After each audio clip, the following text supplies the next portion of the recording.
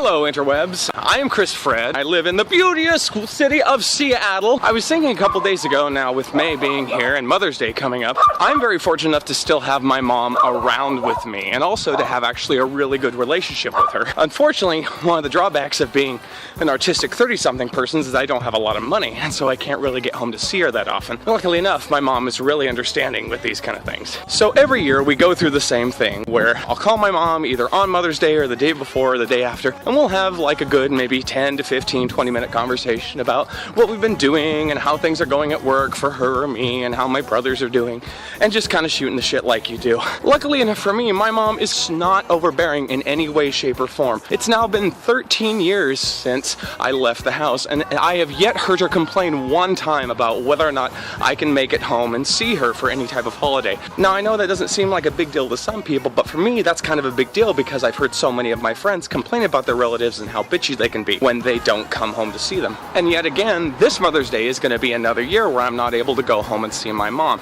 So I thought instead of giving her a call on Mother's Day, I would do something like this. To be quite frank, my mother is the bravest person I have known in my entire life. And everything that is really positive and nourishing in my life, I really do attribute to her. She always taught me to be giving, to be selfless, and to never apologize for being myself. And that's really important to me. And I know that I'm really lucky to have a parent in my life that taught me those lessons. So I thought instead of calling her this year and giving her the same old mumbo jumbo about how I love her and what she's up to, and she's telling me what she's up to, that I would do this little thing and actually embarrass her on the internet, because that's really kind of one of the things I'm really good at. In the neighborhood I live, I'm really fortunate to be surrounded by a bunch of flora and fauna.